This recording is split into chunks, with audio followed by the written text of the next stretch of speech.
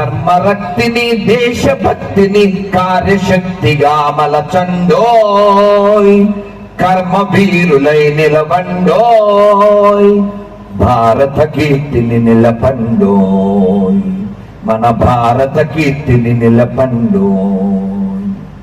అందరూ పాడండి చిన్నగా. ప్రశస్త హైందవ ప్రజానీకమును. మీరు చాలా qualified audience. I'm very happy. ఎక్కడో చాలా తక్కువ డిస్టర్బెన్స్ ఉంది.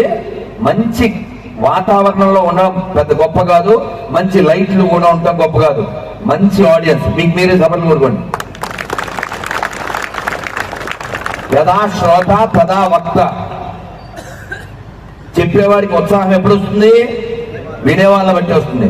గరికిపాటి వారు ఇక్కడికి వచ్చి అప్పుడు 3 రోజులు 2 రోజులు చెప్పారు కదా, చాలా బాగా జరిగింది.